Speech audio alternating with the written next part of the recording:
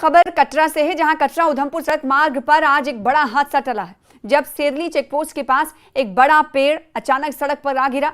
घटना के समय चेकपोस्ट पर पुलिस और सीआरपीएफ के जवान भी तैनात थे, लेकिन गनीमत ये रही कि इस हादसे में कोई जानी नुकसान नहीं हुआ है, कोई भी घायल नहीं हुआ है। पेड़ गिरने से, दरख्त गिरने से सड़क पर दोनों तरफ से यातायात पूरी तरह से हालांकि ठप हो गया और वाहन चालकों को भारी परेशानी का सामना करना पड़ रहा है।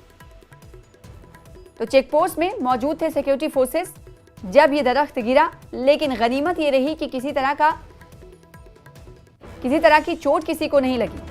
लेकिन यातायात इस वक्त बाधित है, क्योंकि रोड पर भी ये दरख्त का हिस्सा, पेड़ का हिस्सा गिरा है, जिसकी वजह से इस वक्त यात्रियों को, मुसाफिरों को परेशानी हो रही है।